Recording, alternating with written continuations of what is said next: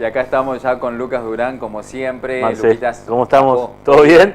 Bueno, vamos a hablar de ley de alquileres. Ley de Supuestamente vino para ayudar a las personas que alquilan y me parece No, a ver, primero puedo hablarlo en primera persona porque yo participé en la discusión legislativa de la ley de alquileres como asesor y la realidad es que venía encaminada para una cuestión que iba a ser mucho más social, con alternativas de digamos, poner límites a algunas cuestiones y realmente el argentino tiene esa particularidad de desvirtuar la ley y reventarla. Todo lo que no está en la ley, tenés que ponerle punto por punto, porque todo lo que no está en la ley está permitido. Básicamente. Pero además hay cuestiones que son, te podría decir, de cuestiones solidarias. Digo, ¿qué es lo que pasa? La ley de alquileres determinaba que en protección del inquilino íbamos a tener un contrato que iba a ser más largo, iba a tener un tope de precios, iba a tener un tope en las garantías, iba a tener determinadas cuestiones. Claro. Cuando hablamos también de lo que se paga a la inmobiliaria, también ese... Y exactamente, iba a tener un régimen de comisiones inmobiliarias, claro, iba a tener un régimen de comisiones de pago de impuestos. Está todo bastante regulado, es una ley muy completa. ¿Qué es lo que pasa? Y ahora vamos a empezar a interiorizarnos un poco en la ley.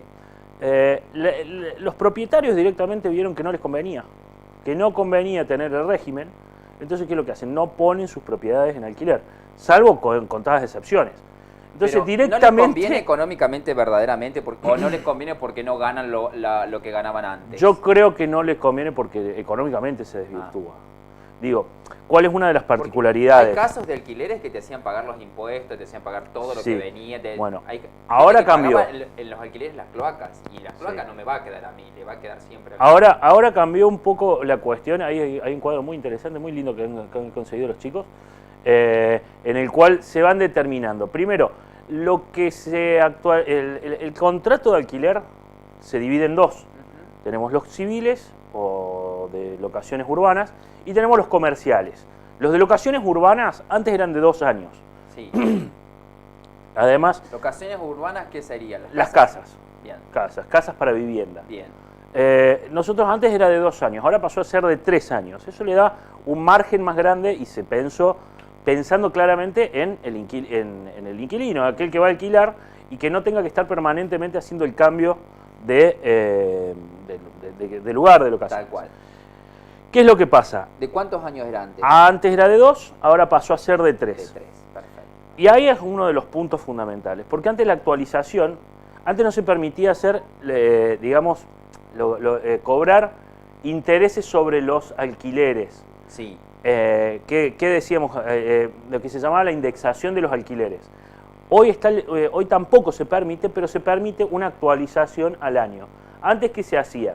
Se hacía directamente que se ponía el monto total del contrato y se lo dividía en 6 meses. Bueno, eso quedó prohibido. Ahora se divide cada 1 año, o sea, la actualización tiene que ser a 1 año. Y además de ser la actualización 1 año, te dicen cuál es el tope de actualización que vos podés usar, que es el índice, un índice particular que se llama, que no me acuerdo cómo es cómo le ha puesto ahí está en pantalla. ¿Cómo le ha puesto? Es el IPC más RIPTE. RIPTE es digamos, la actualización de los salarios diarios. Sí. Digamos, es el monto que se utiliza muchas veces para sacar el cálculo de las ART.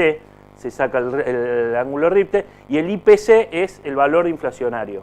Mezclados, eso da un porcentaje que es el porcentaje por el cual se pueden subir hasta un tope esos alquileres.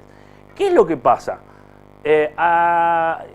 Obviamente que el índice inflacionario muchas veces está pinchado, como pasó el último mes, o sea, claro. Nadie cree que la inflación fue del 3,3. Entonces, si le sumamos al índice de los salarios, que los salarios tampoco suben como está subiendo la inflación, a un propietario hoy, de un año al otro le está dando la posibilidad de poder actualizarlo entre un 25 y un 30% el valor de su propiedad, cosa que no le conviene a ningún propietario. Claro. Estamos hablando de una inflación del 50 al 55%. Entonces, ¿eso qué es lo que hace? Desvirtuar la posibilidad de que el propietario vaya a querer alquilar su propiedad. Claro. Distinto es el régimen para el ámbito comercial. El ámbito comercial ha quedado totalmente desregulado. Cuando digo totalmente desregulado, el contrato puede ser de 3 años, de 5 años, de 10 años o de 1 año. Eso lo pactan entre las partes. Bien. Y los montos de actualización pueden ser también pactados entre las partes. ¿Para qué es esto?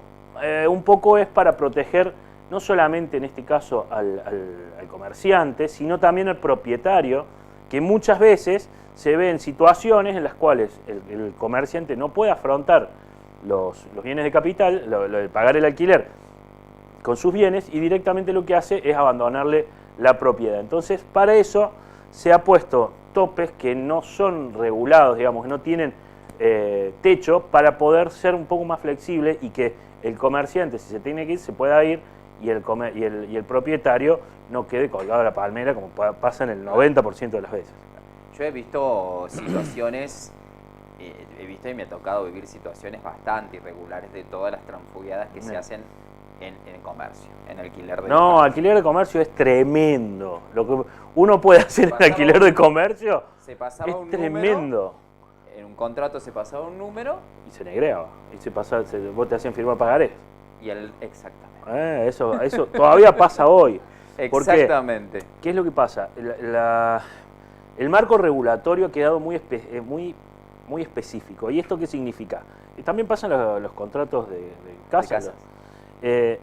Como los propietarios tienen que pagar impuestos e IVA sobre el valor del inmueble, ¿qué es lo que hacen? Tan negro, o sea, te pactan un contrato en blanco, que además paga menos tasas, paga menos todo, claro, y después te paga por atrás, te hacen firmar pagaré o te hacen firmar alguna otra cuestión para que vos completes el valor del inmueble. Claro. Una recomendación. Y te ajustan cuando se les canta lo que se les canta. Sí, y lo que se les canta. Razón por la cual la recomendación que nosotros estamos haciendo al inquilino es no firme nada y todo lo que se firme esté en blanco. Que esté en blanco dentro del contrato. Claro. ¿Por qué? Porque después lo que pasa es que terminamos con conflictos. No, sí, mirá, pero yo tengo 10 pagaré que te los voy a ejecutar si el tipo se va.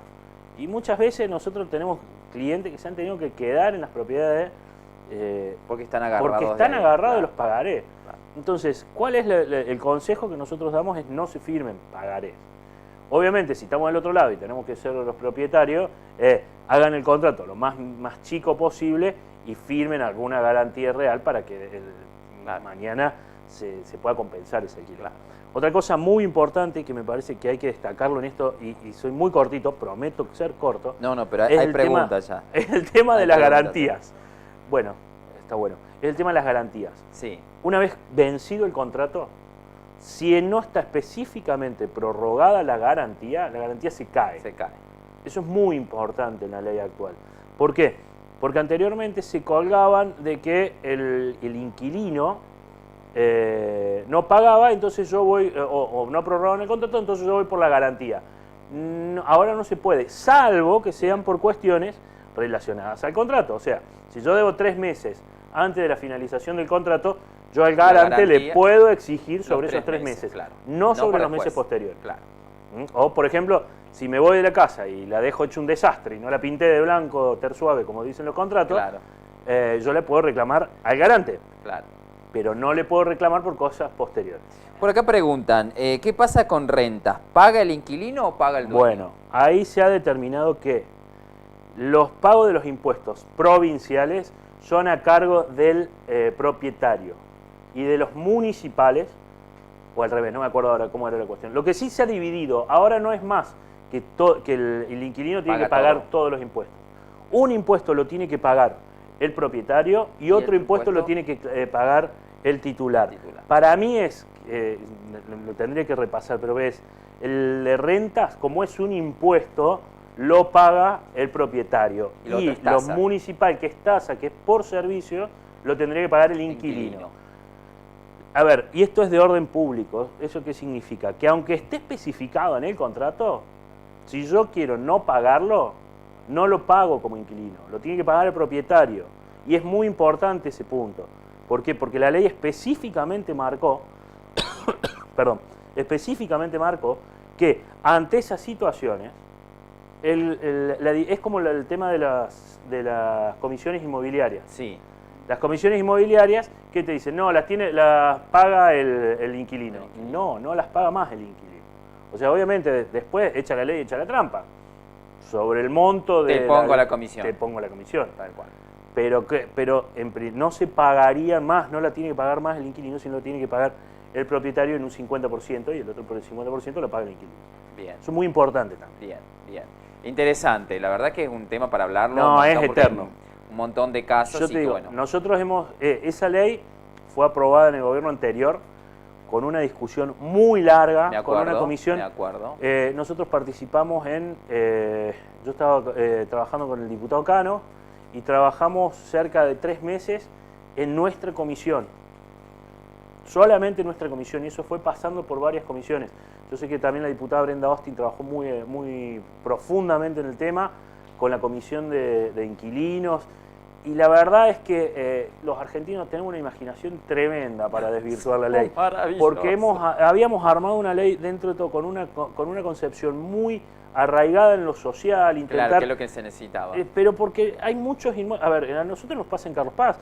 Digo, yo tengo la suerte de ser propietario, pero la mayoría de mi generación, o sea, nuestra generación, si querés vivir en Carlos Paz tenés que alquilar. No hay otra opción, porque no tenés la posibilidad, digo. No va. De nuestra generación es muy difícil sacar $150.000 si para comprar una casa. La compras en Parque Siquima. Y si no, la tenés que comprar en Parque Siquima o en San Nicolás. Te tenés que ir de la ciudad. San Nicolás, es verdad eso. Lamentablemente esta generación ha tenido que salir del ejido de Carlos Paz porque no quedó.